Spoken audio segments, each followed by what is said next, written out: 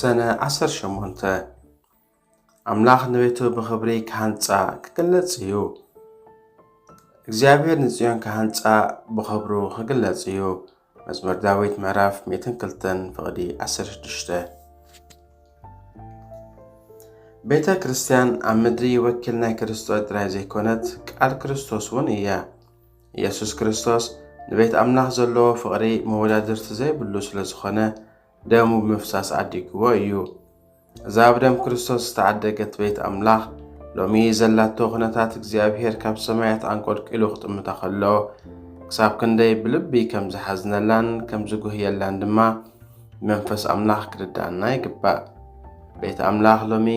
ብደገ ሰይጣንን እቶም መሳርሕቲ ሰይጣን ዝኾኑ ሰባት ከም ጦብያን ሰንባላጥን ካልኦት ናይ ሰይጣናዊ ምኽሪ ዘለዎም ሰባት ንጥፍኣታን ዕንወታን እኩይ ሓሳብ ዝሓስቡን ዘተግብሩን ለይትን መዓልትን ዝፅዕቱ ኣለዉ ብውሽጢ ድማ ኩሎም እቶም ብዛዕባ እታ ብደም ኢየሱስ ክርስቶስ ዝተዓደገት ማሕበር ብፍላጥ ኮነ ብዘይፍላጥ ግዲ ዘይብሎም መራሕትን ኣገልገልትን ክትሕመስ بعيننا እንሪኦ ዘለና ተዝብትታት እዩ በቲ ሓደ ወገን ድማ እቶም ብዕንወት ጽዮን ልቦም ዝጓሃየ ሒደት እሙናት ኣገልገልቲ ነቲ ብዕንወታ ዘኽተመ ህዝቢ ኣምላኽ ክጓስዩ ለይትን መዓልትን ክጎዩን ኣምላኽ ድማ ንቤቱ ክዝክራ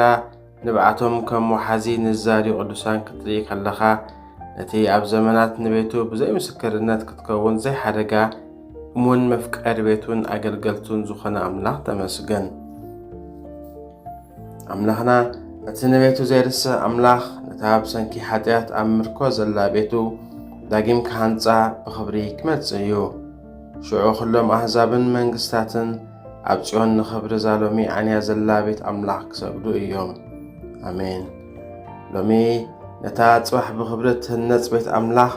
መዓየቲ ተሓያል ኣምላኽ ኮይና ምእንቲ ክንርከብ ኩሉ መገድታትና ንተዓዘብ እሞ ብንስሓ ናብኡ ንመለስ ኣምላኽ ንቤቱ ብኽብሪ ከሃንጻ ክገለጽ እዩ እዚ ሎሚ ነታ ኣብ ዕንወት ዘላ ቤት ኣምላኽ ዝተዋህበ ትንቢታዊ ናይ ተስፋ ቃል እዩ ኣሜን ዝጽና ጥቕሲ ኩሎም ኣሕዛብን መንግስታትን ኣብ ጽዮን ንስም እግዚኣብሔር ኣብ ኢየሩሳሌም ድማ ንምስጋንኡ ክነግሩ እዮም እግዚአብሔር ከገልግልዎ ምስ ተኣከቡ እግዚአብሔር ነብኽያት እሱራት ክሰምዕ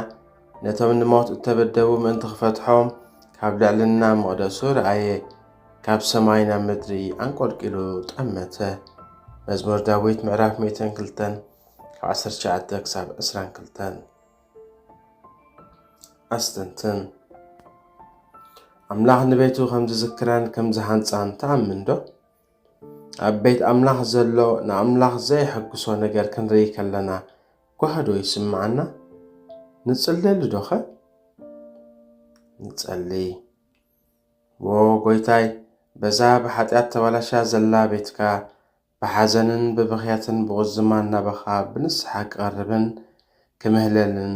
ናይ ምህለላ መንፈስካ ክዓውለይ ኣሜን